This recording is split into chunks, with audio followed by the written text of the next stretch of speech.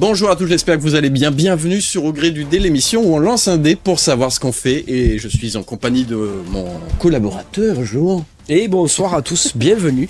Et oui, effectivement, je suis là, comme d'habitude. J'espère que j'y resterai encore un moment. C'est ton podcast, hein, donc... Après tout, je l'ai co-créé, hein, bon voilà. Du coup, aujourd'hui, donc, on a une invitée, oui. Ophélie, qui va se présenter dans 3 secondes. Et nous, l'émission, c'est très simple, hein, on lance un dé pour savoir ce qu'on fait. Et tu en parles juste après. Ophélie, oui. Comment vas-tu?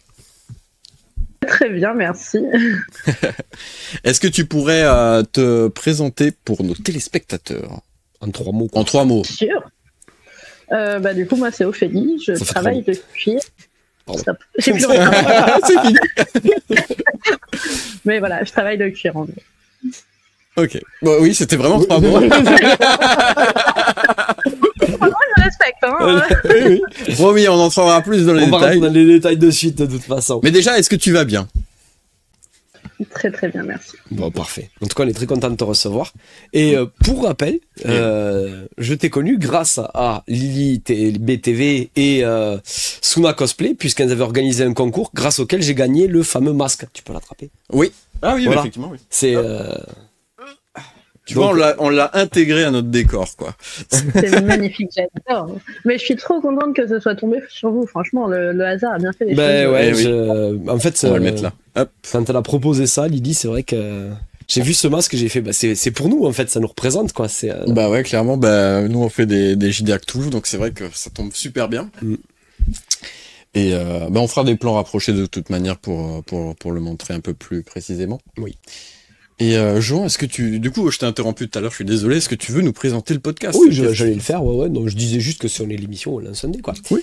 Alors, le podcast se déroule en 2 parties. La première partie, ça va être la partie interview où on va lancer un dé pour se disputer qui lance les questions. Et oui. Voilà, ça c'est la première chose.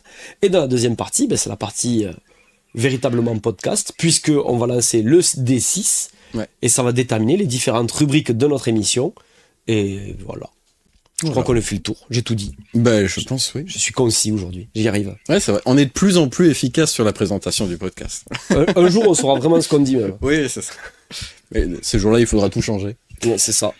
On va lancer le premier dé pour savoir qui te pose la première question, Ophélie. Est-ce que tu es d'accord avec ce principe? C'est parfait. Allez. Jean, vas-y, fais-nous rêver. Sans tout casser.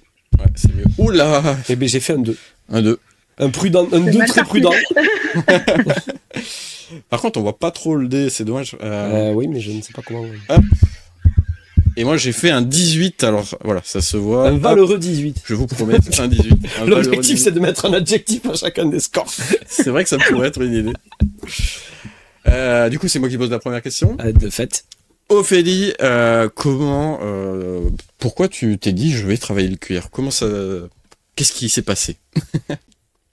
Alors, au départ, j'ai toujours fait énormément d'activités manuelles depuis toute petite. J'ai toujours beaucoup bricolé, j'ai fait de la couture, j'ai fait un peu de bijoux, j'ai fait de l'origami, du kirigami, j'ai touché un peu toutes les matières que je pouvais. Ouais. Et le cuir, ça me tentait bien, surtout que j'ai grandi tous les ans, j'allais chez mes grands-parents à Saint-Valery-sur-Somme où il y avait une fête médiévale, donc je voyais ça tous les étés. Ouais. Sauf que c'est quand même beaucoup d'investissement, que ce soit en temps, ça je l'avais, mais financièrement aussi. Donc pour du loisir, je pouvais pas forcément. Et en fait, derrière, sur mes études, j'ai passé mon bac, je suis partie en prépa parce que c'est ce qu'on me conseillait, mais j'avais pas de motivation, il y avait rien qui me tentait particulièrement. Et donc au bout de 2 mois, j'ai fait non, stop, ça me plaît pas. J'y arrivais, mais je bossais, je m'épuisais à bosser sans trop savoir pourquoi. Ouais. Et quand je me suis dit stop, il a fallu que je réfléchisse à ce que je voulais faire et j'ai fait c'est l'occasion de tester, du coup de s'investir vraiment à fond dedans et de voir ce que ça donne. Et du coup, j'en suis là aujourd'hui. Okay. Donc, je suis plutôt contente d'avoir tenté. Oui. Ça fait combien de temps du coup que tu fais ça? Ça fait 5 ans que je travaille le cuir et 2 ans que je fais les marchés. Cool. Okay. Ah oui, ça commence à faire un petit moment maintenant. Ouais. J'ai commencé par passer un CAP maroquinerie. Okay. Donc après la prépa, du coup, c'est ça? Oui, c'est ça. Okay. J'ai arrêté la prépa en novembre et début décembre, je rentrais en CAP maroquinerie. Donc là, j'ai appris... Oui, donc ça te trottait dans la tête depuis longtemps. C'était... Oui. J'avais un ami qui m'avait demandé l'été juste avant de lui faire un costume de scène pour son groupe et je m'étais rendu compte que c'était quelque chose qui me plaisait quand même beaucoup plus que d'être derrière un bureau. Ouais, je comprends. J'imagine. Donc voilà. Mais depuis longtemps déjà au collège, quand on nous demandait l'orientation, je disais j'aurais un boulot à mi-temps parce qu'il faut, mais à côté je vivrais de mes créations et rien. Donc je ne savais pas dans quoi exactement, mais ça faisait un moment que je savais que j'avais envie. Travailler de tes mains, c'était ça qui te motivait, ouais. Clairement. Ouais, je comprends.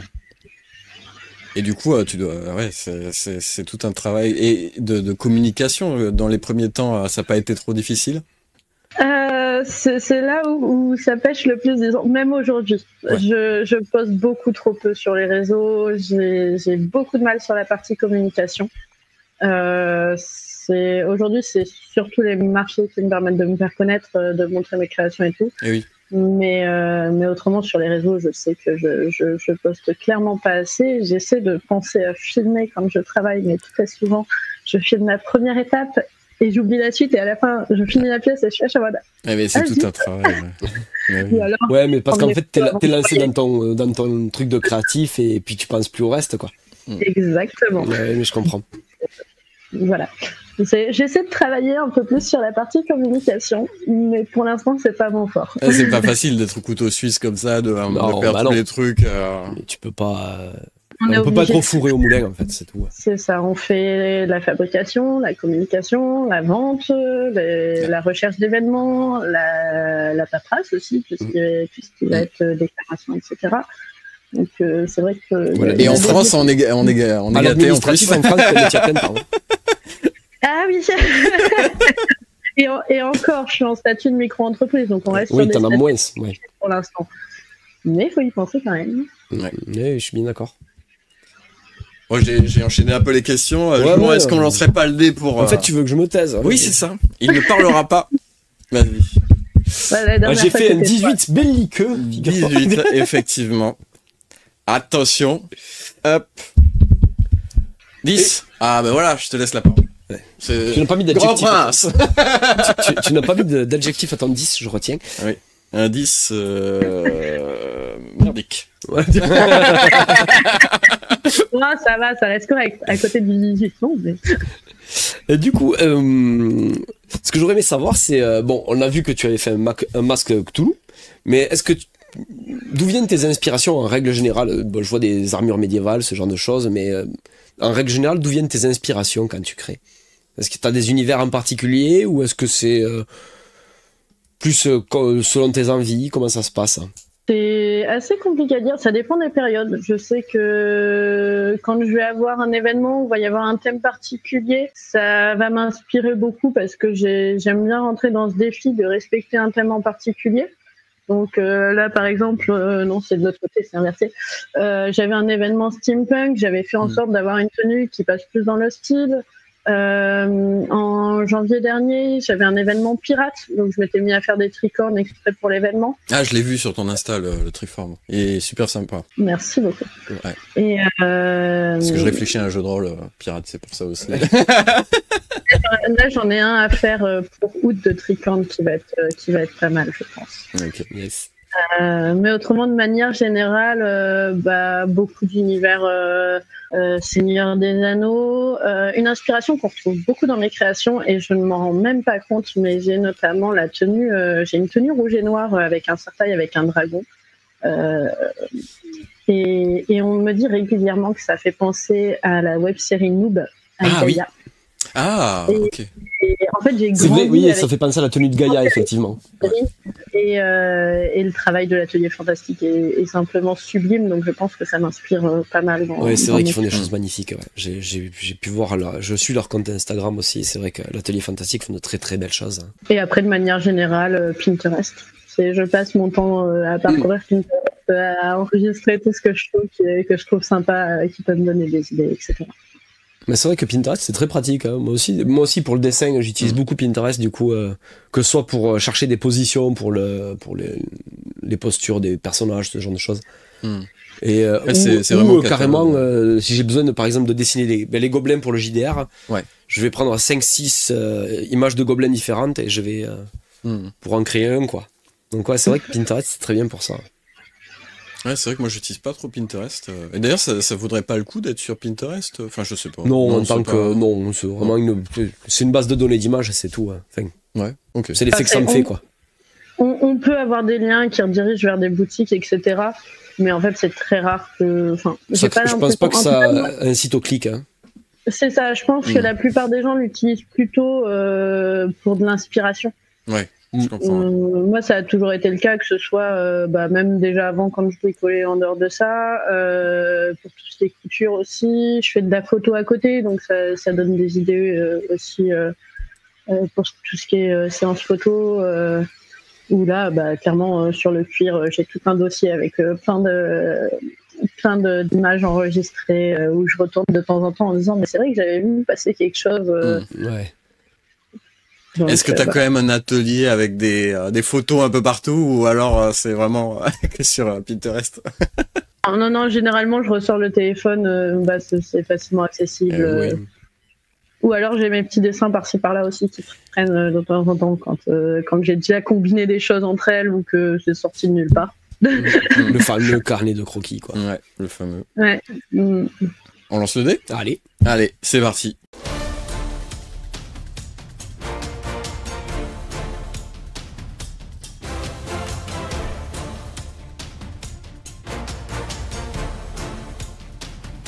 Hop. 1, 2, 3.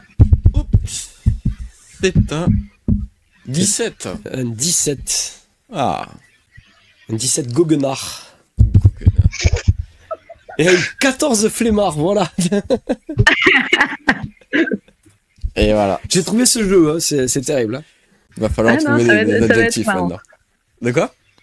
Ça va être marrant tout le long. Ouais, c'est ça. Quelle question je peux te poser? Oui. Je vais te poser une question, c'est combien de temps ça te prend pour faire une pièce? Une pièce plus ou moins complexe, par exemple celle que tu as derrière toi? Généralement, on va être à une 15aine d'heures à peu près. Après, ça va dépendre forcément de la quantité de détails, etc.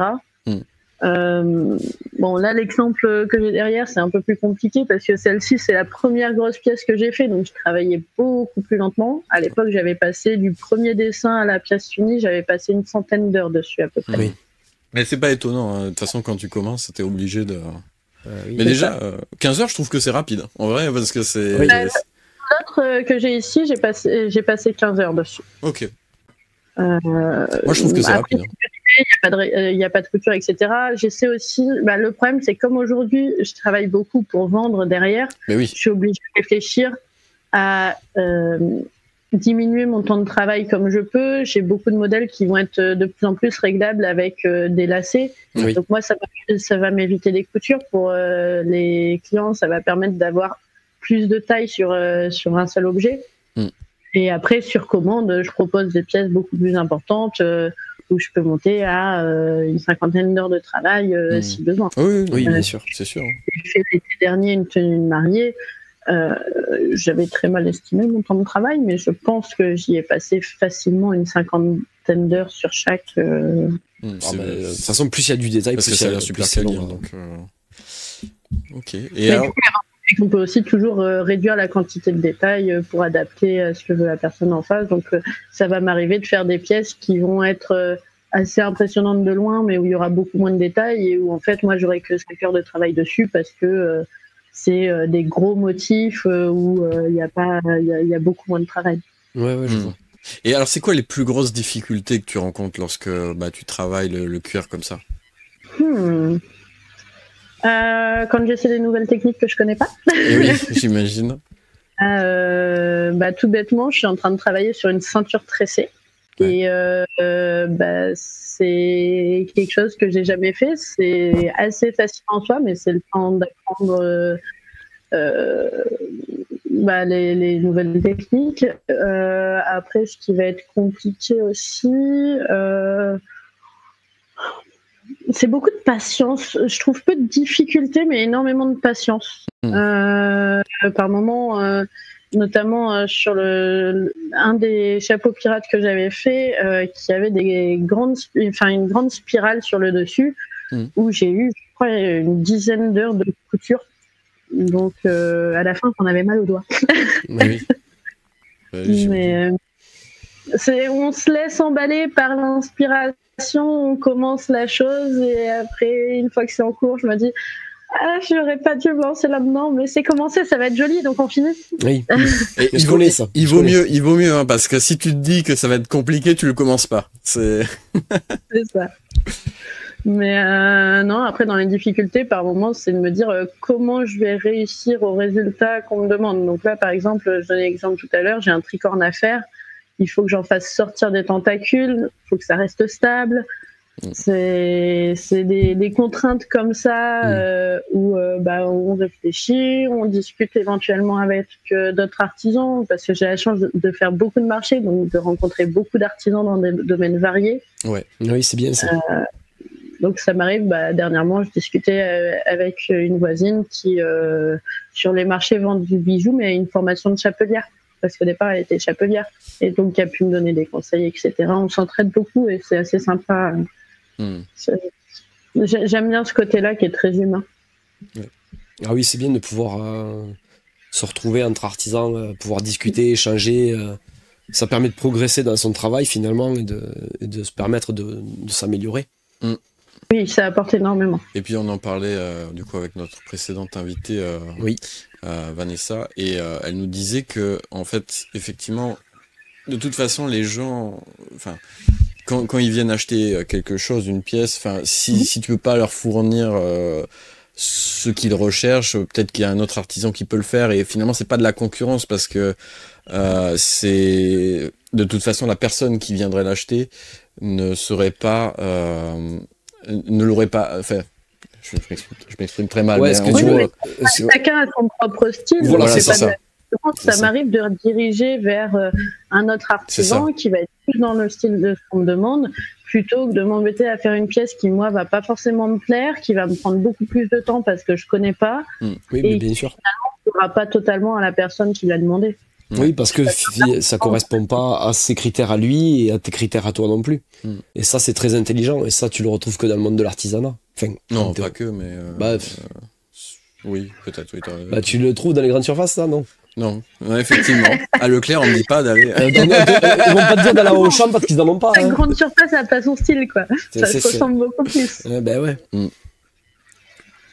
On met un peu de nous dans chaque création. Ouais, c'est ça. C'est à partir du moment où tu mets ta personnalité dans tes œuvres, forcément, ça crée une patte particulière et du coup, tu ne l'as que chez cette personne-là. Tu ne l'as pas ailleurs. Ouais. Et tu ne peux pas le retrouver chez quelqu'un d'autre et tu peux pas demander à un autre artisan de te faire ce que tu as vu chez... Oui, c'est ça. Et tu peux pas demander à je sais pas qui de te faire les œuvres d'Ophélie et vice-versa, quoi. C'est ça. Il arrive régulièrement qu'on me demande comme ça des pièces, on m'envoie une photo et on me demande de refaire la même tenue et je dis non, je peux m'en inspirer, je peux vous demander quels éléments vous plaisent dedans et on en tient compte, on essaie de les remettre. Mais ça m'est arrivé qu'on m'envoie d'ailleurs de l'atelier fantastique. Très souvent, c'est des tenues de l'atelier fantastique qu'on m'envoie et on me dit est-ce que vous pouvez me refaire ça? Non, c'est pas mon travail, c'est pas mon style, c'est pas mon dessin et je veux pas voler le travail de quelqu'un d'autre. Exactement. Donc l'idée, c'est de reprendre les éléments qui plaisent, de dire d'accord, c'est ça qui vous plaise, on peut en tenir compte, mais je ne refais pas exactement le même sort de question. Et oui, c'est de la création, donc. Mais bien sûr. On pourrait le comparer à un tatouage. Bien sûr. Il y a énormément de gens qui demandent je veux un tatouage de machin, mais comme il habite là-bas et je vais me le faire ici, donc du coup je vais aller voir le tatoueur là en bas et de me refaire le tatouage. Et c'est vraiment. Mais il y a par contre dans le milieu du tatouage, il y a énormément de vols de dessins. Ça par contre, ça arrive énormément. Ça arrive souvent. On lance le dé? Allez, je commence. Hop. 3. Allez, tu peux le faire, Jean. Un ridicule petit 3. Un ridicule. Le dragon. Un joli dragon, mais on n'a rien dans le coffre. Non, aujourd'hui on n'a rien. Voilà. On le sort jamais, sauf quand il n'y a rien dedans. Exactement. Mais on peut dire que t'as gagné. Oui, le dragon mange le 3, bien sûr. Absolument. Vas-y, pose-nous. T'as posé une de mes questions, c'est super. Voilà. Est-ce que tu as des pièces dont tu es particulièrement fier? Des pièces que tu as créées dont tu es vraiment... les grosses pièces de manière générale. Je pense que la tenue dont je suis la plus fière, c'est sûrement la tenue des mariés. Parce que c'est un gros projet qui m'a pris beaucoup de temps, qui était assez stressant pour moi, parce que je me disais, si je me loupe, c'est quand même une pièce qui est super importante. Bah, c'est un moment particulier. Hein. C'était un couple qui était adorable, mais que je connaissais pas du tout. C'est vraiment des personnes qui m'ont rencontré en marché, qui ont vu mes pièces, qui ont décidé de me faire confiance. À l'époque, c'était seulement mon 2e marché. Ouais. En plus, petite grosse pression. Ouais. C'est ça. Donc c'était quand même une grosse preuve de confiance. Ça fait beaucoup de bien au moral, mais par contre derrière, je me disais bon, faut que j'assure. Et je suis très contente du résultat, de ce qu'ils m'ont dit aussi. Les invités ont trouvé ça magnifique, donc j'en suis ravie. C'est trop bien. C'est vrai que ça reste une grosse fierté. Et après, celle-ci, parce que c'est la première que j'ai fait, parce que quand j'ai commencé à travailler le cuir, je m'étais dit un jour ou l'autre, je ferai mon armure. Je pensais la faire au bout de 5 à 10 ans, et en fait, au bout de 8 mois, je me suis dit, bon, allez, c'est parti. J'ai rajouté des canons d'avant-bras depuis qui vont avec, et l'objectif à terme, c'est de la compléter, de rajouter des épaulières, des tassettes, des protèges tibia, histoire d'avoir vraiment une armure complète. Et je pense que quand elle sera totalement finie, quand je prendrai le temps de la finir, parce que je fais pour les autres et j'oublie de faire pour moi, mais quand je prendrai le temps de la finir, je pense que ce sera sûrement celle dont je serai la plus fière. Ouais, sûrement, oui. Petite valeur sentimentale aussi, vu que c'est une des premières. C'est ça. On m'a déjà demandé à combien je la vendrais et j'ai dit celle-ci, je peux la refaire. Si on me dit il n'y a pas de souci, mais celle-ci, je la garde. Ouais, j'imagine. C'est dommage, on voulait te faire une proposition, mais... J'y tiens beaucoup trop. Ouais, je me doute. Et du coup, tu parlais de ton 2e marché. Tu fais beaucoup de marchés, de festivals en ce moment. Est-ce qu'il y a des choses, des festivals où on peut te retrouver prochainement? Oui, j'en fais énormément. Sur la période d'été, j'en fais quasiment tous les week-ends. Alors un petit peu moins en août parce que je vais me prendre un tout petit peu de vacances, mais là le 5-6 juillet, je serai au Harfran Festival en Bretagne, donc un festival le Pagan Folk Metal. Cool. Les 13-14 juillet, je serai à une fête médiévale à Péronne. J'ai plus toutes les dates en tête. La semaine d'après, je suis dans le nord de la France, à la Beuvrière. La Beuvrière. C'est typique du nord de la France. Dans les remparts de la Beuvrière. Qu'est-ce que j'ai ensuite les 9 et 10 août, je serai en Normandie à la médiévale de Falaise. Ok. Ensuite, je calme un peu sur août. Je fais en septembre Saint-Martin-en-Bois. Je fais Montlhéry au sud de Paris. Ok. Mais alors... Et en octobre, je refais Averne, qui était ma toute première médiévale, par un groupe d'amis qui sont dans une confrérie, qui m'avait fait confiance et qui m'avait accueilli sur ma première médiévale, donc j'ai hâte de la refaire. C'est le retour. C'est trop bien ça. Pouvoir y retourner, c'est cool du coup. Oui, clairement.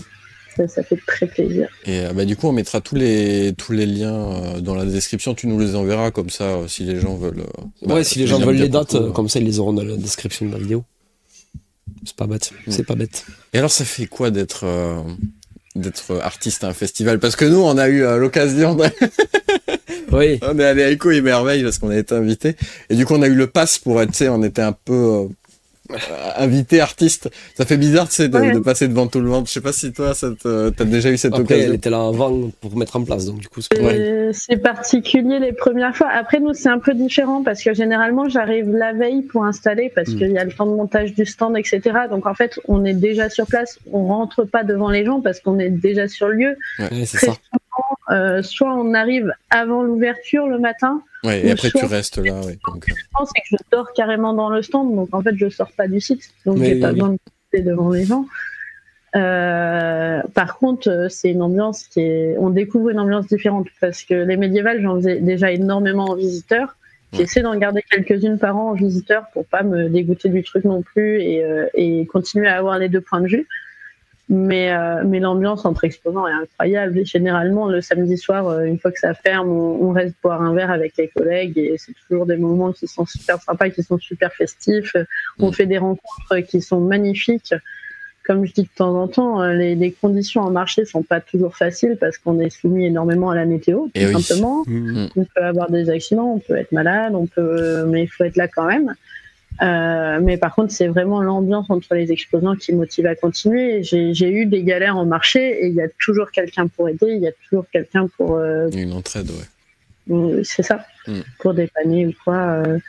Ça m'est même arrivé, j'avais eu un petit accident l'année dernière de me retrouver dans le camion des pompiers. Il fallait démonter le stand, mais je pouvais pas le faire. Et c'était ma mère qui se retrouvait à devoir démonter le stand. Elle l'avait jamais fait. C'était la première fois qu'elle le montait avec moi la veille. Et en fait, il y a une quinzaine d'artisans qui sont venus l'aider, alors que même avec leur sur le stand parce qu'on était en pleine tempête.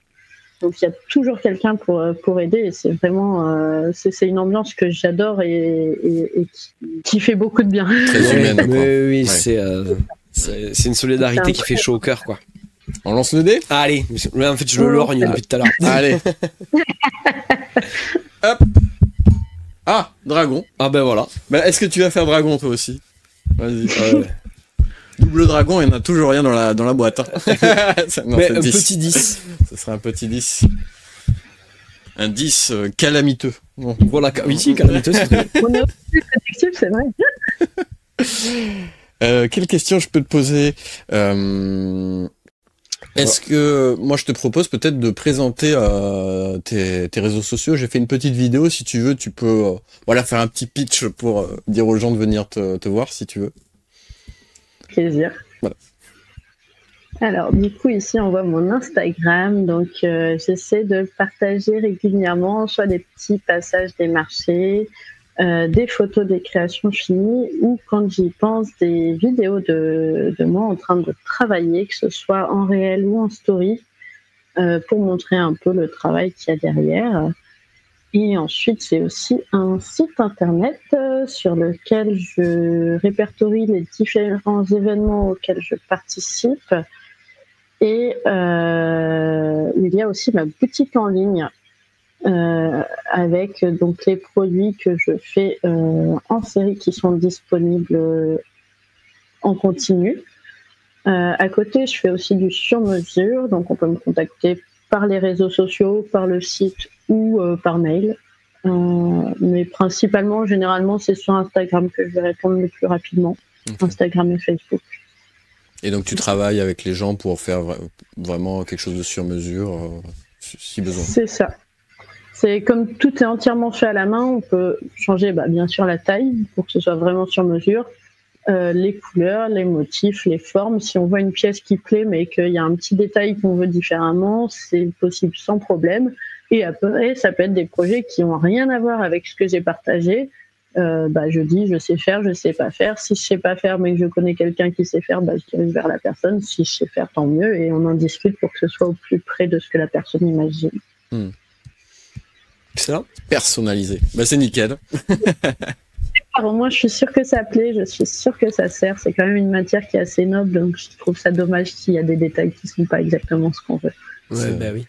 Et d'ailleurs, est-ce que tu te fournis localement pour le cuir ou est-ce que comment ça se passe pour tous les matériaux ? Je sais pas si on peut dire ça, mais j'essaie de travailler au maximum avec une tannerie française. Ouais. Après, quand ils ont plus les épaisseurs dont j'ai besoin de disponibles, je travaille avec Rader Maker. Donc, je sais que le cuir est de bonne qualité. Mais quand je peux, de préférence, je travaille avec une tannerie française. Ouais. Oui, j'imagine que c'est pas non plus simple de se fournir en cuir. Non, c'est-à-dire que j'ai pas beaucoup de machines, j'ai pas de refondeuse, donc je suis obligée d'avoir des épaisseurs de cuir différentes. Et s'il y a plus celle dont j'ai besoin, ça va pas pour les projets derrière parce que je peux pas le remettre à la bonne épaisseur. Ou alors, il faut que j'aille dans Paris, que je loue la refondeuse, etc. Oui, c'est ça. C'est une perte de temps, un coût supplémentaire. Et, ouais. Donc, je préfère dire, tant pis, je sais qu'il est tant pis, il n'est pas français, mais au moins je sais qu'il est de qualité. Je le commande ailleurs exceptionnellement et au moins je peux faire le projet à temps plutôt que de retarder bêtement. Ah non, c'est sûr. Et après, pour tout ce qui est cuir un peu plus souple, je me fournis sur des cuirs de fin de stock en fait. C'est des cuirs de stock dormants qui sont vendus au lieu de rester dans les tanneries. Yes. Donc ça permet d'éviter les pertes. Ok, c'est chouette. Oui, c'est mieux comme ça. Et à côté, petit à petit, j'essaie de développer une gamme vegan. J'ai refusé de faire du simili-cuir parce que je suis pas totalement d'accord avec le principe. J'aime pas l'idée de copie et j'aime pas le fait que ce soit plus nocif pour l'environnement que le cuir. Oui. Du coup, je me suis mis à travailler le liège. Le liège, ok. Le liège, c'était beaucoup utilisé en maroquinerie classique et j'en ai jamais vu en fantaisie. Donc je me suis dit que c'était une alternative qui était à explorer. Donc pour l'instant, j'ai pas fait beaucoup de pièces parce que j'apprends encore à le travailler. Ça se travaille totalement différemment. Mais j'ai fait un tour de cou, 2 même. Mais il y en a un que j'ai adopté. Du coup, il y en a qu'un à la vente, quoi. C'est ça. Et j'avais fait un tricorne qui est parti à Eco et Merveille. Yes. Ouais, du coup, tu as tout un travail de veille aussi pour essayer de trouver des alternatives. C'est ça. Ça prend du temps, ça. Hein. La semaine dernière, elle nous parlait d'un cuir vegan, justement, puisque tu en parles. C'était avec de la peau de champignon. Je sais pas si tu en as entendu parler de ça. Oui, je m'étais renseignée. Je m'étais pas mal renseignée. Et en fait, avec la peau de champignon, il y en avait 2 types. Il y avait un type qui était, comme beaucoup d'alternatives au cuir, une partie de peau mélangée à du plastique. Et donc, en fait, je n'étais pas totalement d'accord. Et une autre qui m'intéressait beaucoup plus, où il y avait vraiment que la peau de champignon. Ok. Mais par contre, ça revenait beaucoup plus cher que le cuir. Et en fait, expliquer aux clients que ce qui n'est pas du cuir est plus cher que du cuir, la plupart ne le comprennent pas. Oui. Après, si les clients ne sont pas prêts à faire l'effort aussi, voilà, ça se comprend. C'est ça, et malheureusement, je suis obligée d'en tenir compte. Et oui, tu peux pas. C'est-à-dire que c'est plus long de rassembler suffisamment de champignons pour faire une pièce de cuir que de rassembler des peaux animales, finalement. Alors, de ce que j'avais vu, c'était des gros champignons. Oui, bien sûr, mais c'est pareil. Après, ça n'a pas la même texture, je crois. Oui. C'est plus lisse. C'est légèrement différent. Après, j'en ai jamais touché en vrai. C'est quelque chose qui m'intéresserait. J'ai jamais eu l'occasion d'en manipuler en vrai. J'imagine que ça doit avoir un côté un peu mousseux. Je sais pas trop. Mais je serais curieuse d'en manipuler vraiment. Ouais, je me doute. Si vous vendez des champignons sur... Alors, là, on va attirer d'autres personnes, mais bon. On a un code promo. Est-ce qu'il y a des mycophiles dans la salle? Nice. Au gré du dé qui part en cacahuète. Non, ne nous envoyez pas de message, hein, qu'on soit très clair.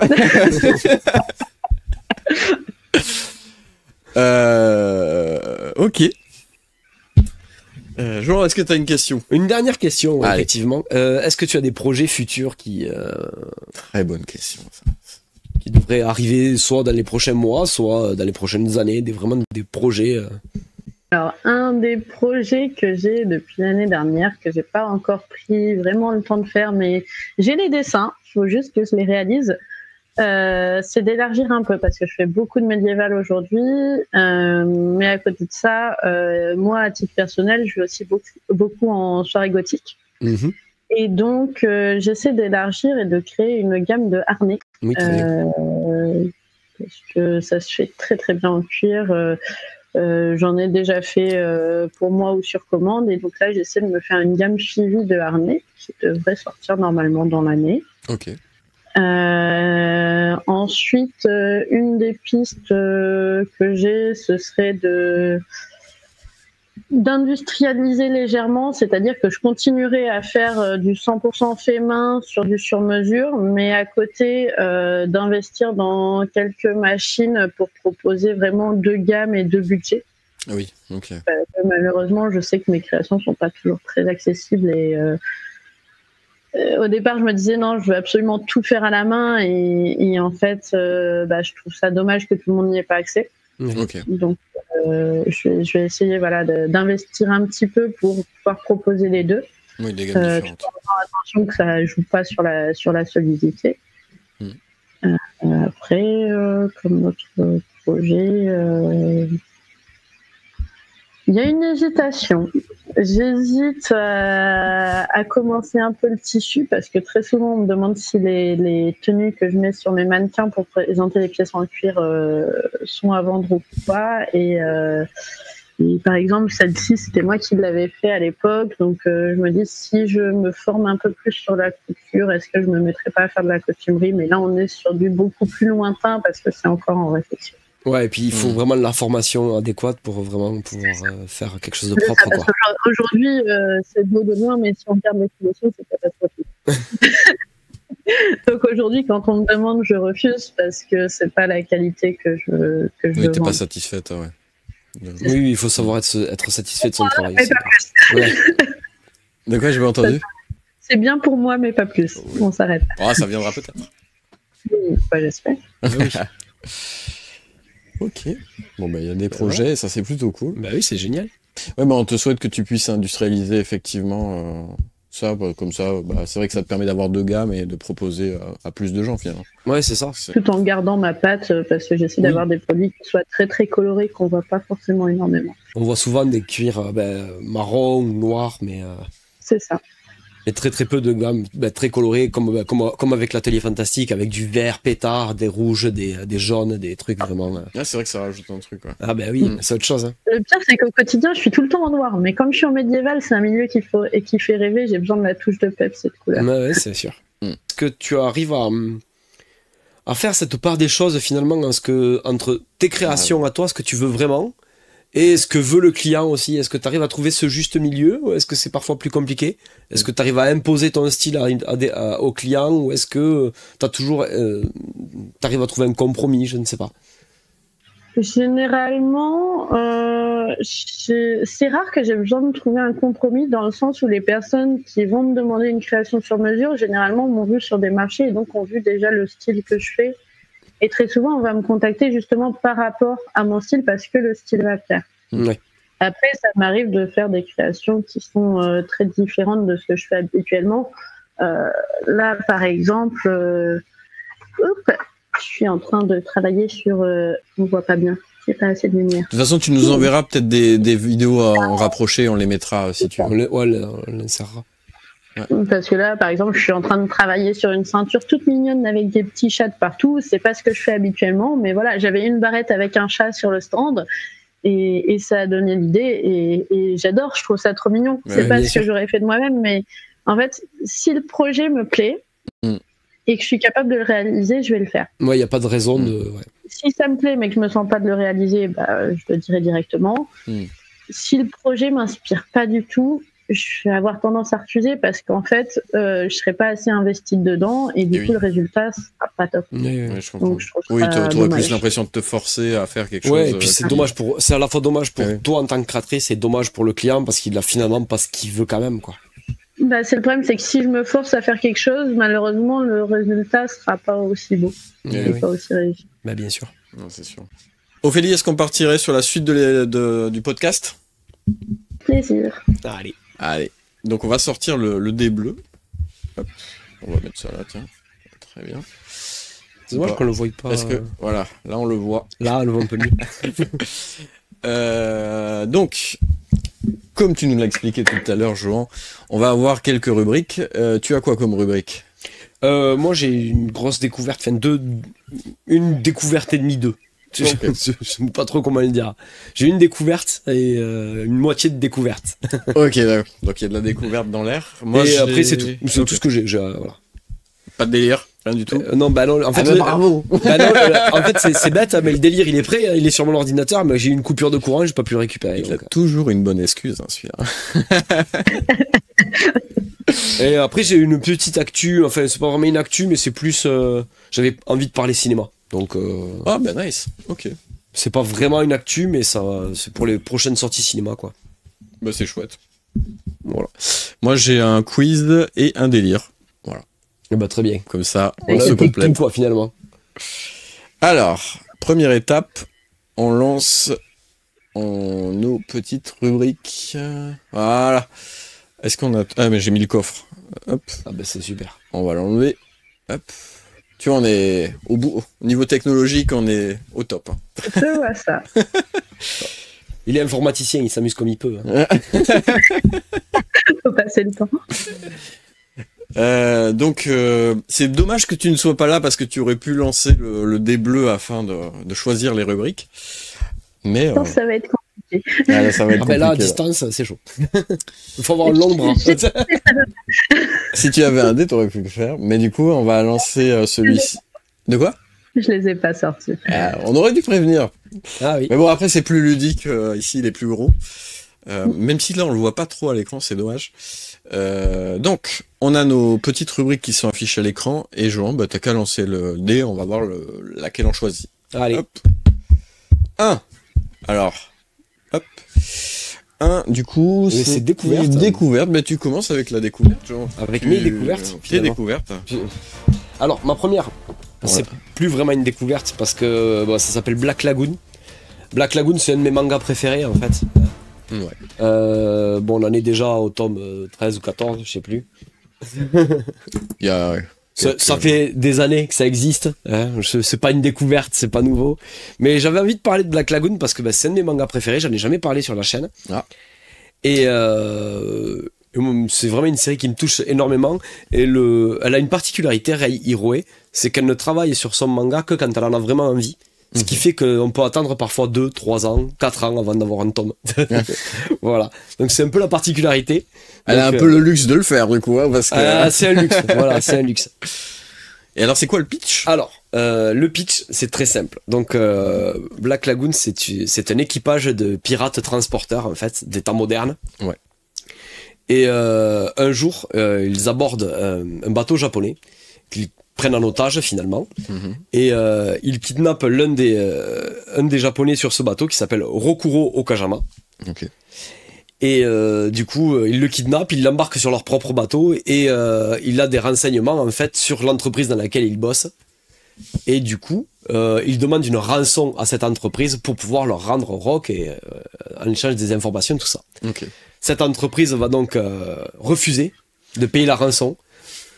Ouais. Et ils vont embaucher des mercenaires pour tuer les pirates donc, et évidemment ce pauvre Rokuro qui se retrouve donc menacé à la fois par ses Mais pourquoi ils veulent le tuer? Mais parce qu'il a les renseignements et du coup ils veulent se débarrasser de tout le monde en même temps. Ok. Voilà, et voilà, c'est tout. Sympa, il demande de l'aide. Alors du coup, que décide de faire notre héros, ce cher Rokuro? Eh bien, il décide de venir en aide à ces fameux pirates qui l'ont kidnappé pour échapper aux mercenaires. Bah logique. Hein, et il fait un gros doigt à la société et il leur dit à partir de maintenant, je vous rejoins dans votre équipage. Et c'est comme ça que commence le manga. Et il devient donc membre de l'équipage du Black Lagoon.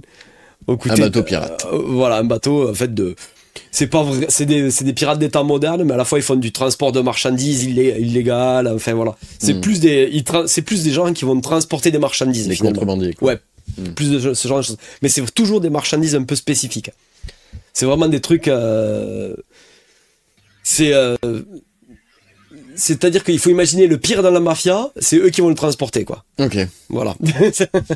Et ils vivent tous dans une seule et même ville qui s'appelle Rwanapura. Ok. Et cette ville de Rwanapura, c'est la ville des bandits. Elle est soumise à aucune législation et elle est tenue seulement par les 3 plus grandes mafias. Donc la triade chinoise, la mafia russe et la mafia italienne. Voilà. Ok. Et c'est plus ou moins ça qui régit les lois dans cette ville. Ce qui fait que c'est un chaos absolu, c'est absolument génial. Ok. Donc je vais te montrer un petit peu. Hop. Donc j'ai pris le tome 1 évidemment. Ça c'est Revi, c'est un des 4 personnages principaux du coup. Est-ce qu'Ophélie, tu lis des mangas? J'en ai lu un petit peu, ça fait un moment que j'en ai pas lu. Je vais vous trouver des trucs. J'en lisais surtout quand j'étais au collège. C'est quoi qui te... Est-ce que tu as des souvenirs d'un manga qui t'a plu? Faut que je retrouve les noms. À mon grand âge. Vas-y, passe, je peux voir. Je montre un petit peu quelques images, des images d'action et tout ça. Hop, à la caméra. ils avaient sorti l'animé après que j'avais regardé aussi. J'arriverai pas à retrouver l'animé. Voilà, tu peux regarder dessus. Ouais, je peux regarder. C'était quelle thématique? C'était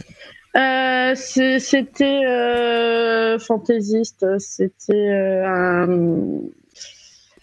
les souvenirs sont flous. Un gars qui avait une tête de cerf un peu. Un manga avec une tête de cerf, mec. Je réfléchis. C'était pas très très connu. Genre, toi qui es un spécialiste des mangas. Ah bah j'ai pas tout lu. Hein. Mais bizarrement ça me parle, ça me dit quelque chose. Avec une tête de cerf. Et puis donner l'histoire depuis le temps. Ouais non c'est pas possible. C'est vraiment très très flou. Je sais qu'il y avait une jeune femme qui avait des pouvoirs aussi. Il y a toujours des pouvoirs. Pas toujours. Mais... Et ils sont bien les dessins, j'aime bien. C'est plus sérieux que ouais. le dessin que je... Et c'est un style qui se perd un petit peu, le style. Et du coup, c'est ton manga préféré? Un de mes préférés, ouais, il est dans mon top 3 facile. Ok. Ah ouais. C'est pour ça que je voulais en parler d'ailleurs. Et ensuite, c'est une autre découverte que j'ai faite, enfin, que j'ai fait cet après-midi en allant à la librairie en fait. Ah, c'est tout frais là. Là, c'est plus que frais. Enfin, c'est plus frais que la température actuelle. Largement. Ah bah c'est pas compliqué. En fait, c'est il faut savoir que les éditions, la maison d'édition Tiber Édition en fait, ils font des livres comme ceci, des beaux livres en fait, qui sont édités en édition limitée. Et ils sont illustrés, tout ça. Enfin, vous allez... je casse tout. C'est des marque-pages qui vont avec. Vous voyez, c'est avec de belles illustrations. Ouais, c'est beau. Ce sont vraiment de très très beaux livres. Donc, ils rééditent des livres assez célèbres. Là, c'est Études en rouge de Arthur Conan Doyle. Donc, c'est un Sherlock Holmes. Et j'ai aussi pris Alice au Pays des Merveilles, de Lewis Carroll, bien sûr. Et à chaque fois, le style de dessin est adapté évidemment à l'œuvre en question. Donc là, vous voyez, c'est très différent. C'est beaucoup plus des dessins beaucoup plus naïfs, beaucoup plus oniriques quand c'est Lewis Carroll que quand c'est quand c'est Conan Doyle, Sherlock Holmes du coup. Vous voyez. Et en fait, ils vont sortir. Ce sera dans le courant du mois, vers la fin de l'année, parce que là ils ont fait un Ulule et le projet a abouti. Donc le projet a été financé. Ils vont éditer aussi l'Appel de Cthulhu. Nice. Dans cette édition-là, qui sera limitée à certainement comme cela à 2000 exemplaires, parce que c'est des éditions très limitées. Voilà. Appel de Cthulhu. Nous on a déjà. Et j'ai trouvé que le hasard est vraiment formidable. Et donc voilà, c'est chouette. Ils sont vraiment jolis. Du coup, c'est une édition limitée. C'est des éditions limitées. Ils font que ça en fait. Ils font que des éditions limitées comme ça. C'est des beaux livres. Ouais. Des très très beaux livres. Ouais. Ok. Et du coup, je suis allé les chercher à ma librairie à Moissac qui s'appelle L'Encrier. Ouais, que tu m'as parlé. Dont je t'ai parlé. En fait, c'est une librairie qui a une particularité. Je sais pas si on voit bien là. Voilà. C'est une librairie qui a une particularité, c'est qu'elle se trouve sur une péniche. Voilà. C'est une toute chouette, petite librairie indépendante et elle est sur une péniche. Donc c'est très agréable, c'est assez original. Et, voilà. C'est clair. Donc c'est une autre petite découverte. Voilà. Et il me tarde de pouvoir me replonger dans ces grands classiques aussi. Dans une belle édition illustrée. Mais est-ce qu'il reste de la place chez toi? C'est la question. Non. Mais c'est pas grave. Hein. Quand il n'y a plus de place, on en trouve. Voilà, c'est la règle. C'est ça. On creuse dedans. Il y a toujours de la place. Il y a toujours de la place. D'ailleurs, toi, c'est pas trop problématique le stockage, Ophélie? Alors... ça rigole moins, cela. J'avais commencé par avoir un petit atelier dans l'ancien bureau de mon père qui faisait peut-être 3 mètres carrés. Et mon père a déménagé et j'ai peut-être légèrement envahi le salon. Ah oui. Aïe. Ouais, c'est compliqué hein, quand t'es artisan et que t'as pas d'atelier. C'est envahissant. C'est des entreprises envahissantes, effectivement. Ça va. Ouais. Mais surtout qu'en plus c'est des pièces assez grandes, du coup c'est vrai que ça prend vite de la place, quoi. Ça, plus les outils, plus les peintures, plus les cuirs qu'il faut stocker aussi, plus le le stand, les présentoirs, les tables. Ah oui, ça fait beaucoup de choses. Oui, c'est ça. Il y a pas mal de bordel au garage aussi, de tout ce qui est emmené en marché à chaque fois, les décorations, etc. Les mannequins. Oui. Ouais. Et tout ça prend énormément de place. Ouais. On se rend pas compte, je suppose qu'à Paris, ça prend encore plus de place. Oui. Encore à me plaindre, ça va. Il faut être champion de Tetris, quoi. Ouais. Ah bah quand on charge la voiture, oui, parce que étant en région parisienne, je peux pas prendre un camion parce que je peux pas le rentrer dans le garage. Oui. Donc je suis obligée de rester en voiture. Donc c'est la galère. Avec les produits dans une voiture, il faut s'entraîner au Tetris. Ouais. Ça doit être à chaque fois une expédition quand tu dois installer ton stand et tout. Ça doit être. Généralement, j'arrive à faire en sorte d'avoir juste la visibilité dans la vitre arrière, mais je sais que niveau poids, je recalcule régulièrement pour pas dépasser sur la voiture, etc. Mais je suis à la limite. On est obligé d'emmener des poids pour maintenir les barnums aussi quand il y a du vent, etc. Bien sûr. Ah mais oui, c'est vrai qu'on n'y pense pas. Ça. Quand j'emmène mes stands, c'est en gros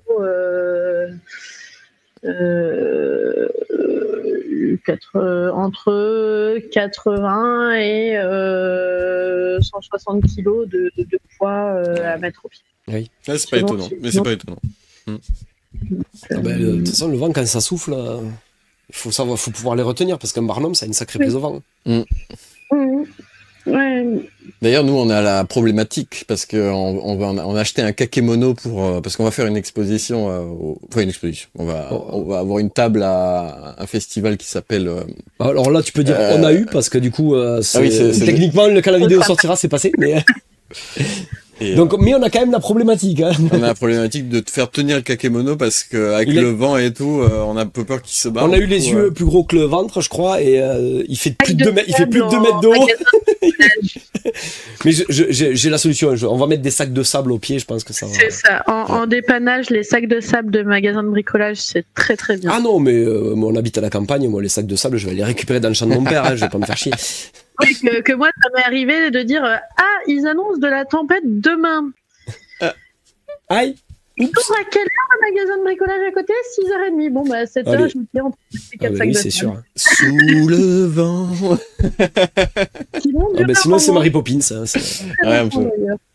Ils ont fini par crever, mais je les ai utilisés longtemps. Ah bah oui. On passe à la suite? Allez, c'est parti. Je suis chaud potato.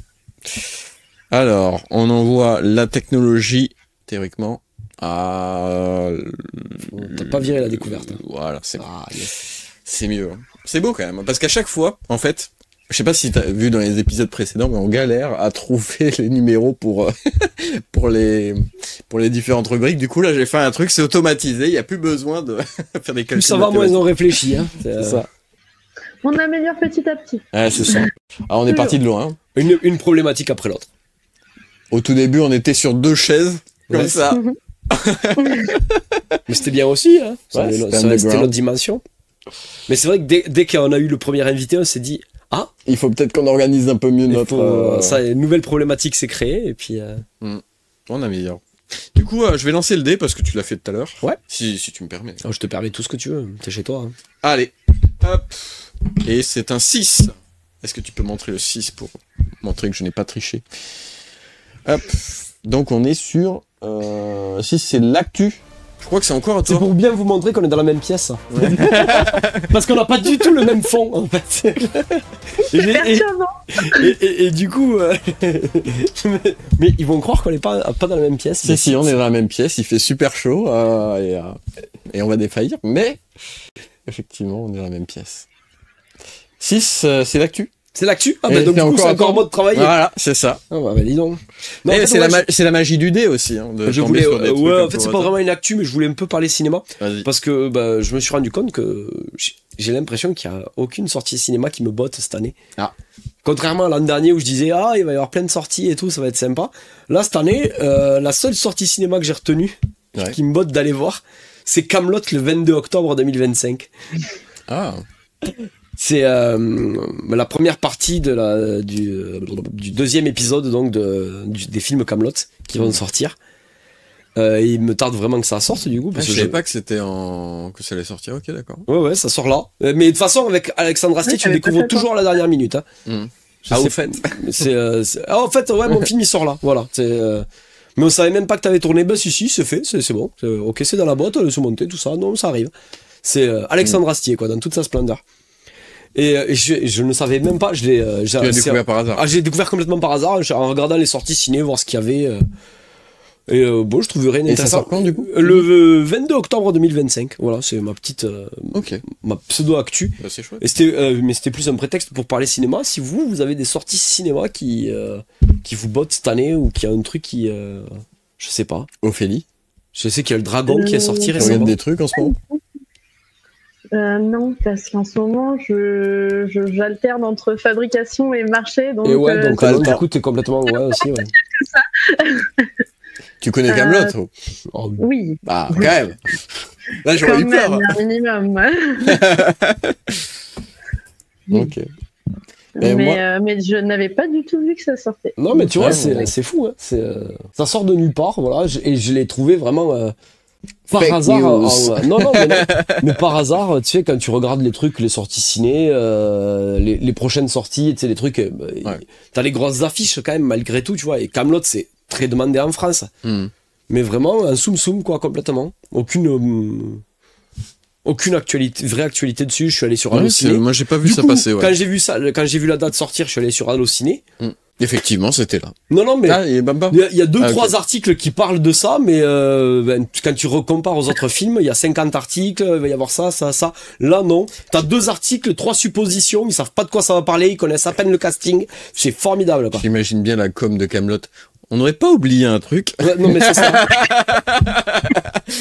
C'est exactement ça. C'est la com de Kaamelott, c'est le bouche à oreille des fans. C'est Perceval qui a organisé le... Ok, bah je savais pas. Ouais, non, mais vraiment, ça m'a un peu stupéfait. J'ai fait ça sort. Du coup, c'est l'occasion de tout re-regarder avant de... Ah oui, bah bien sûr. De toute façon, des fois, ça m'arrive de travailler avec Kaamelott en fond sonore. Il y a quelques médiévales où les bardes, par moment, nous rappellent Kaamelott. Ah oui, bah bien sûr. Ça m'étonne pas. C'est normal. Ok, bah écoute, c'est une chouette actu. Ça fait quand même plaisir de savoir que ça va sortir, quoi. Ouais. Franchement, ouais. Au cœur de l'actu, sur Au gré du dé, vous ne manquez aucune sortie avec nous. Tu fais mieux leur communication quand même. Ouais. Oui. On pourra dire si... Je pense que c'est sur ça qu'Astier compte, en fait. Que les fans le découvrent et qu'ils propagent la bonne parole. On va faire un Reels et on va taguer Alexandre Astier. Je te le garantis, je te le certifie. Au cœur de l'actu, quoi. Bon, bah, c'est chouette. On passe à la suite? Ah oui. Allez, il en reste plus que 2. Le quiz. Est-ce que tu balises un petit peu pour le quiz, Ophélie? Je dis que ça va être catastrophique, mais on verra bien. C'est fait exprès. Dans le pire des cas, c'est pas grave. Non. Oh bah, de toute façon, je perds toujours, donc du coup, t'as rien à craindre. Ah, la dernière fois, t'as gagné quand même, je crois. Non. Alors, il nous reste du coup le délire et le quiz. Est-ce que tu veux lancer le dé, Jean? Oui, je veux bien. Allez, ça part. Je suis en train de ranger le bazar que j'avais mis. Hop. Vas-y. Oula. Hop là, j'ai été un peu... Bon, on a stoppé le dé, mais c'est un 2, et le 2, c'est un délire. De toute façon, c'est moi de toute manière, donc... Oui. Hop. Les 2, c'est toi, de toute façon. Alors, j'ai des délires. Ah oui. Il y en a qui m'a fait plutôt rire, alors c'est Julie qui me l'a envoyé, mais il m'a fait beaucoup rire. Je sais pas si elle essaie de me faire passer un message. C'est un... Alors, ton conjoint t'envoie des trucs pour te faire passer un message. Mais... c'est ça. En fait, le titre de la vidéo, c'est quand tu montres un intérêt pour la passion de ton conjoint et que ça tourne mal. Attention, j'envoie la vidéo. Hop. Ah, ça look cool les Warhammer. C'est vrai? Regarde, viens voir.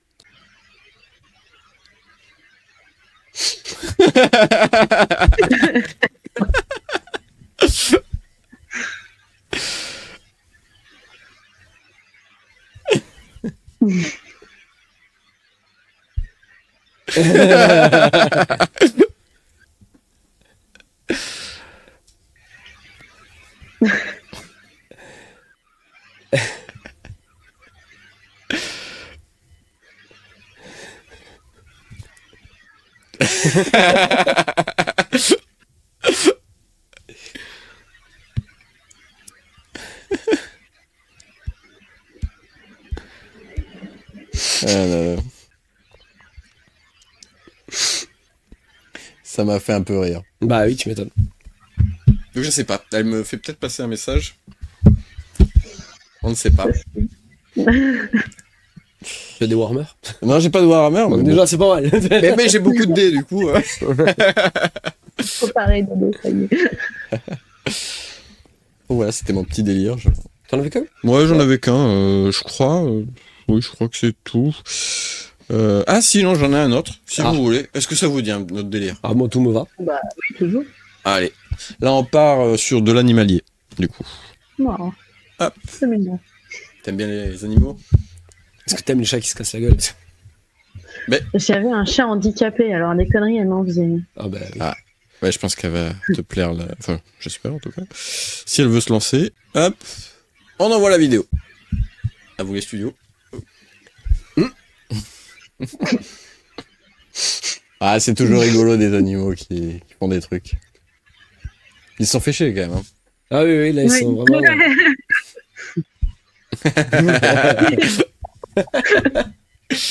Moi. Ah, ils ont pas l'air malheureux, ça va. Non, ils sont sages. Ils sont trop bien. C'est adorable. Ah, c'était le petit moment mignon dans Ouvrir du nez. Non, mais ils sont vraiment trop bien. Bon, Ophélie, les affaires deviennent sérieuses parce que c'est le quiz. Il ne reste plus que le quiz. On a gardé le moment de partir. Le meilleur pour la fin. Hop, on était à la caméra. Ça y est, je m'en fais, au revoir. Ciao. Non, ça va, je suis pas un monstre. J'ai essayé de faire mieux que la dernière fois parce que la dernière fois c'était un petit peu trop à l'arrache. Mais ça se trouve, c'est quand même pas génial. Non, je déconne. Bon, alors, donc comment on va faire? Déjà, on te voit plus. Ah oui, c'est vrai, effectivement. C'est mal. Je suis sur le téléphone, je suis obligé de m'approcher pour lire. Ah oui. Mais de toute façon, je vais le lire de toute façon. Donc, ce que je vais faire, je vais lire la question. Je vais demander à Johan de répondre, il va me donner sa réponse, ensuite tu vas me donner ta réponse, et ensuite on va inverser, ce sera toi qui donneras les réponses la réponse en première, et ensuite ce sera Johan. Ça te va? Elle a rien compris. Allô?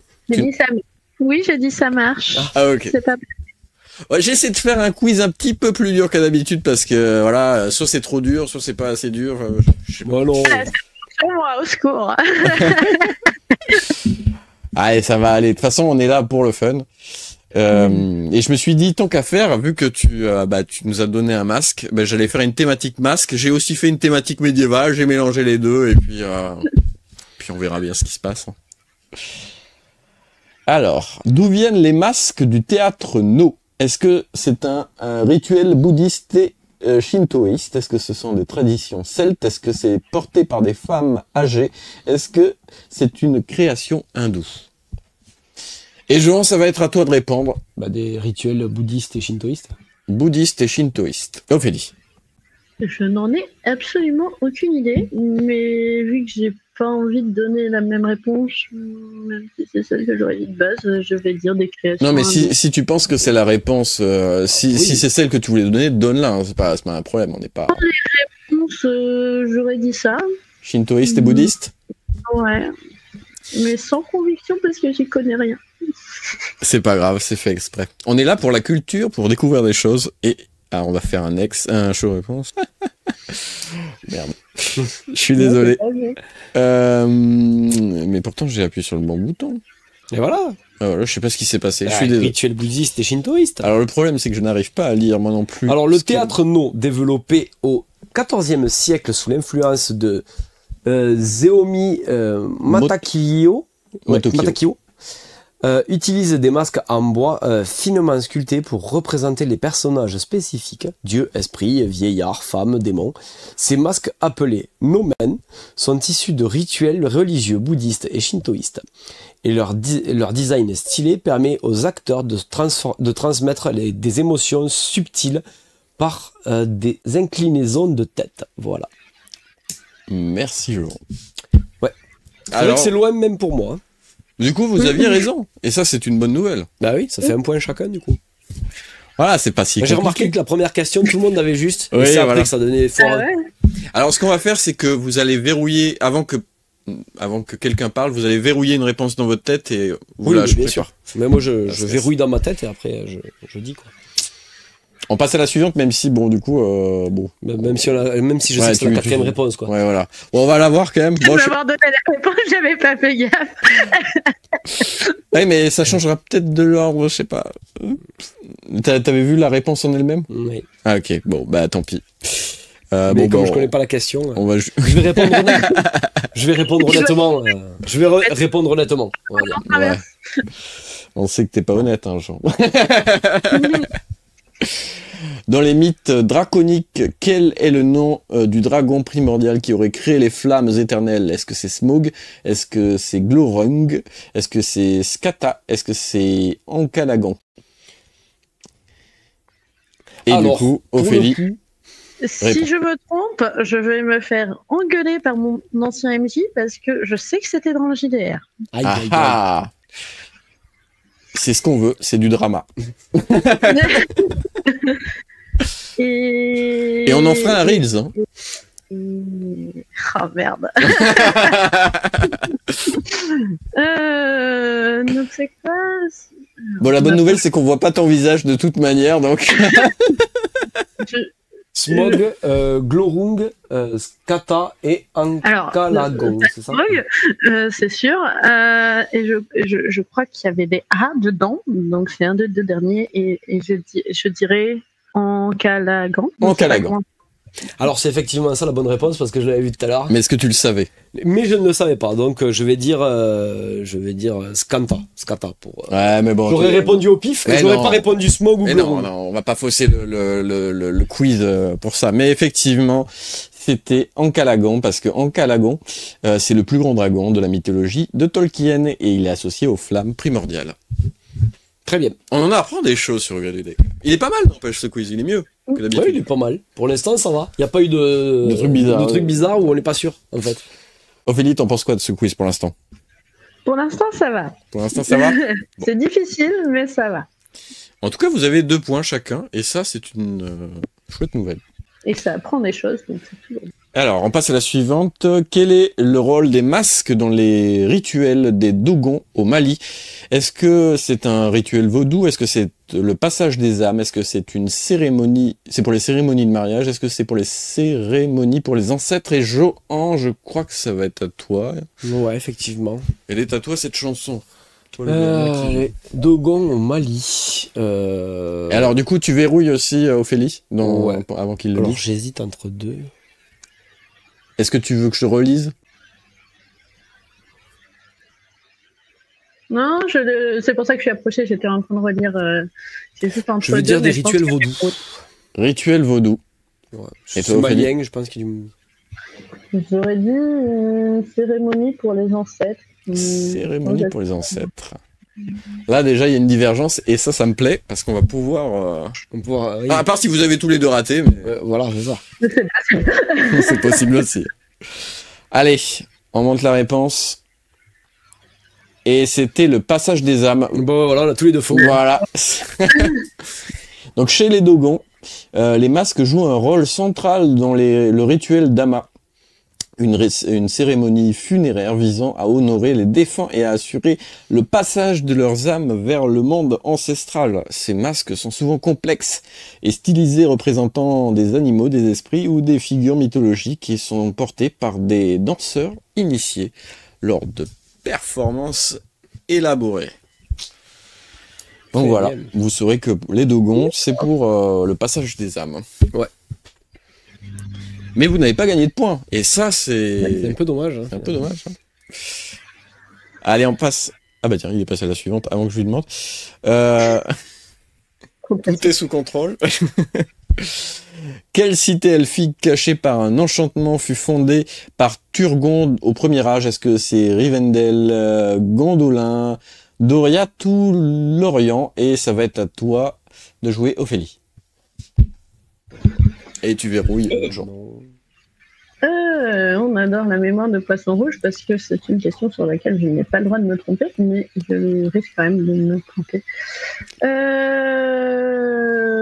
Alors. Il me faut du drama. J'ai lu le Silmarillion, je m'en souviens pas. Ah, mais oui, c'est fait pour. Hein. C'est pour le stress. Oui, que moi j'ai juste vu les films et la mémoire est montaine, même si je les ai vus plusieurs fois. Pendant qu'Ophélie cherche, les viewers, n'hésitez pas à vous abonner. Et à répondre aux questions. Dites-nous dans les commentaires ce que vous auriez mis. Quel est votre score finalement? C'est ça à la fin du quiz. Donnez-nous votre score à la fin du quiz. Tout simplement. C'est une bonne idée. Je vais me faire tuer parce que je vais me tromper, mais je vais dire Rivendell parce que je me souviens plus des noms. Comment? Tu as dit? Je vais dire Rivendell parce que je me souviens plus des noms, mais je vais me faire tuer parce que je dois me tromper. Jean, tu dis quoi? J'hésite entre deux. J'hésite entre Doria et Gondolin.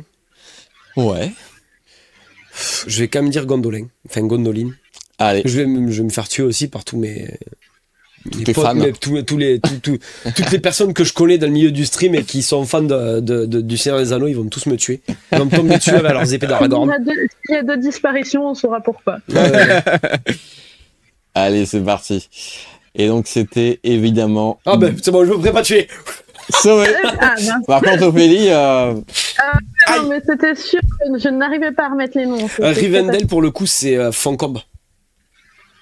Oui, c'est ça, d'accord. Mais parce que c'est celui que je remettais le plus facilement, que les autres, je n'arrivais plus à resituer. Et du coup, j'ai fait bon. C'est sûrement pas ça, mais comme c'est celle qui me parle le plus, voilà. Ouais, mais là, c'est le premier âge, c'est le Silmarillion, c'est même pas le Seigneur des Anneaux, quoi. C'est très très. Pas lu, il faut qu'il y ait un peu de difficulté. Donc Gondolin, fondé par Turgon, était protégé par un enchantement jusqu'à sa chute. Et Jean, tu gagnes un point finalement. Eh oui. Et ça te fait plaisir. Ah bah oui, c'est rare. Ouais. Alors, on passe à la suivante. Hop. Quelle est la particularité des masques encore, hein? Mais il y a une Quelle est la particularité des masques de la Commedia dell'arte? Est-ce que c'est pour Mardi Gras? Est-ce que c'est pour les jeunes acteurs? Est-ce que c'est du tissu brodé à demi-visage? Est-ce que c'est en cuir et pour le demi-visage aussi? Et Jean, toi qui as la réponse, oui, tu vas nous la donner tout de suite. Ouais. Je sais plus du tout. Je vais dire un tissu brodé demi-visage. Tissu brodé demi-visage. Ophélie. Et j'aurais dit pareil. T'es sûr? Ben, c'est l'image que j'ai en tête. Ouais, c'est exactement cette image que j'ai en tête en fait. Vraiment? Ouais, j'ai cette image. Vraiment? Oui. C'est parce que je les visualise. Après, peut-être qu'on se plante aussi, mais. On va voir si copier vous amènera loin dans la vie. Hop. Mais c'est sûr que je rattraperai pas. Laisse-toi en cuir, voilà. Faut pas copier, voilà. Hein. J'aurais jamais dit que c'était en cuir. Il va falloir absolument que j'aille voir ça. Ah ben oui, du coup. Bon alors, voilà, ça n'a pas été fact-checké, mais j'ai quand même regardé un peu, ça avait l'air d'être le cas. Ouais, non mais bien sûr. La Commedia dell'arte. Je sais pas pourquoi j'avais des images de masques avec un peu de dentelle, mais ça doit être... Oui, mais il y a peut-être un peu de... Ouais, mais c'est peut-être autre chose, les masques en dentelle, finalement... Je pense qu'il y a un peu de faux et un peu de vrai. La Commedia dell'arte, théâtre populaire italien du XVIe siècle, utilisait des masques en cuir, parfois en bois. Voilà, c'est en bois aussi. Couvrant la moitié supérieure du visage. C'est ça qui vous a un peu induit en erreur, je pense aussi. Oui. Pour représenter des personnages de type comme Harlequin ou Pantalon. Cette conception permettait aux acteurs de projeter leur voix tout en accentuant les traits caricaturaux des personnages essentiels à l'improvisation théâtrale. Et voilà. On apprend des trucs quand même. Ouais. Enfin, on espère. Surtout que là, pour le coup, ouais, c'est ça, c'est effectivement un cuirier élastique. Ouais. Tu vois, j'ai essayé de te faire un clin d'œil et tu l'as pas pris au vol. Ophélie. Mais oui, parce que les masques, j'ai commencé à en faire parce que j'avais entendu parler de la technique et je me suis dit, je vais essayer. Ouais. Mais je ne me suis pas renseignée plus sur les origines. Et par moments, c'est un truc où je me dis, je fais pas d'histo, mais du coup, je me renseigne pas assez sur l'origine de certaines choses. Ouais. Mais tu vas pouvoir faire des masques de la Commedia dell'arte. Mais en tout cas, déjà, ça a bien commencé parce que là, c'est à moitié de visage quand même. Hein, donc, on est pas mal, hein, finalement. Mais les premiers que j'avais fait étaient principalement des moitiés de visage. C'est ceux que j'ai tendance à préférer. Alors, pas forcément juste le haut. Généralement, c'est juste un œil ou alors les deux yeux, mais que la moitié du nez et pas la bouche. Oui. Je fais plus des demi-masques dans ce sens-là, généralement, j'aime bien. Eh bien. Je vois. On avance. On passe à la suivante. Quel est le symbolisme des masques dans les cérémonies des peuples Haïda de la Colombie? On va faire tous les masques. Hein. Oui, je vois ça. Colombie-Britannique. Est-ce que c'est les esprits ancestraux, animaux totémiques? Est-ce que c'est la force pour les compétitions sportives? Est-ce que c'est le passage à l'âge adulte? Est-ce que c'est esthétique seulement? Et ça va être à je ne sais plus qui. Je ne sais plus qui avait la... C'est Ophélie, il me semble. Répondu en premier tout à l'heure. Ok, donc c'est Ophélie. Ophélie. J'hésite entre les animaux totémiques ou le passage à l'âge adulte. C'est dans les cérémonies hindoues. Non, Haïda de Colombie-Britannique. Je veux dire... Passage à l'âge adulte. Ouais, passage à l'âge adulte. Passage à l'âge adulte. Jean. J'ai envie de dire seulement esthétique. Moi. Seulement esthétique, au cas où. On ne sait pas. Ouais. Allez, on montre la suite. Enfin, on montre la réponse plutôt, pardon. Ah ben ouais. Et non, c'était pour les esprits ancestraux et animaux totémiques. Eh ben ouais. Et oui. Chez les Haïda, le peuple autochtone de Colombie-Britannique, les masques en bois de cèdre rouge, souvent ornés de peintures et de crins, sont utilisés lors de cérémonies comme le Paul Flash. Ils incarnent des esprits ancestraux ou des animaux totémiques, corbeaux, aigles, et servent à établir un lien avec le monde spirituel, renforçant l'identité culturelle des récits mythologiques. Yes. Donc voilà. Pour les... Ben on le saura. Hein. Pour le peuple des Haïda, c'est pour les animaux totémiques. Désolé, hein, c'est pas facile. Hein. Non, là, non. Mais je suis quand même content parce que d'habitude c'est un peu trop téléphoné. Là, c'est plus. Ah ben oui, ça l'est beaucoup moins, ouais. Ah, c'est vrai que ça Mais on découvre des choses, du coup, c'est bien. On l'a gardé spécialement pour toi, Ophélie, pour que ce soit bien compliqué. Alors, on passe à la suite. Je sais pas s'il reste beaucoup de questions par contre. Oui, quel métal... Ah, on part sur du médiéval. Quel métal mythique extrait des mines de Moria est plus léger que l'acier mais indestructible? Est-ce que c'est l'adamantium, le mithril, l'aurichalque ou le vibranium? Aurichalque. Et Jean, c'est à toi. C'est le mithril. C'est le mithril. C'est le mithril. Ah, voilà, il y avait une petite réponse simple. Hop, une petite question simple. Il y en a des faciles quand même. Et du coup, je vous donne un point à chacun. Là, pour le coup, ils en parlent dans tout le Seigneur des Anneaux du mithril, là, donc tu peux y aller. Ouais, mais je voulais mettre une petite... Là, on n'a pas le droit de y échapper, là. Hop. Celle-là, c'était vraiment la question qu'il ne fallait pas se tromper, quoi. Ouais, c'est ça. Voilà. Là, c'est sûr qu'on prend un coup de clé mort dans la tronche. Hein. Ah là, ouais. Je crois que c'est terminé. Oui, c'est terminé. Et j'ai même pas mis la question... À qui il faut s'abonner? Bah bravo. Eh oui. Mais à qui il faut s'abonner, Jean? Et bah tout le monde. À tout le monde? À qui? Eh bien à Heliop Cuir déjà pour commencer. Déjà, n'hésitez pas à vous abonner à elle. Déjà, ça c'est la première chose. Ensuite, il faut s'abonner à Au Gré du Dé. Absolument. Bah évidemment. Ça, voilà. À Au Gré du Dé JDR, bien sûr. Totalement. Ah, bah oui. Et à Mister Chouyin. Ah ça par contre, c'est pas sûr. C'est pas sûr du tout. En tout cas, on vous met tous les liens en description, donc n'hésitez pas à aller suivre Ophélie, Heliop Cuir. Vous avez donc le tout. Voilà. Vous avez tout. Vous avez tout le package. Et donc voilà, hein, finalement, je ne sais plus quoi dire, donc faites dans ça. Ophélie, est-ce que tu as passé un bon moment? Oui, j'ai bien aimé. Super. Ouais. Merci beaucoup. C'est avec plaisir. Ouais, ça fait très plaisir. Très content. C'était sympa. Moi, je suis toujours content d'accueillir quelqu'un et franchement, c'était super sympa. Et est-ce que tu as un message à passer avant de... Enfin, pour terminer l'émission, quoi, finalement. Un mot de la presque fin, comme dirait Olivier. De toute façon, on met tous les événements que tu as cités dans la description. Ouais, tu nous feras une... Et du coup, n'hésitez pas. Et puis au plaisir de vous croiser, peut-être avec Colin et Merveille l'année prochaine. aussi. Ah, si tu viens à Éco-Merveille si. Ah, mais elle nous cache ça en plus. Bah, il y était cette année, peut-être qu'elle y sera la semaine prochaine. Ah, t'étais là cette année? Ah, j'avais pas. Normalement, j'y serai. Ah, ok, d'accord. Je serai peut-être de passage à nouveau dans la région. Cool. Et ben à ce moment-là, ben... si nous aussi on est. Bon, je suis toujours en contact avec les. Mais de toute façon, maintenant on est VIP, non? Ouais, plus ou moins. non, mais je suis en contact avec les orgas sur le pôle jeu, donc c'est vrai on s'entend tous très bien. Donc, et on leur envoie le bonjour. Oui, d'ailleurs, on a reçu leur présidente la semaine dernière, donc du coup. Donc on va embrasser Axiae, quoi. Et est-ce que ce serait pas le moment justement de dire d'aller voir ce podcast qui était franchement cool? Oui, aussi, ils peuvent avec aller, Vanessa, bien sûr. Parure de guerre aussi. Une autre artisane. Ouais. Bon, en tout cas, on vous dit à la prochaine fois et on vous fait des bisous. Pensez à mettre un like, un commentaire, tout ça. Et à vous abonner. À très bientôt, merci. Ciao, bisous. Ciao.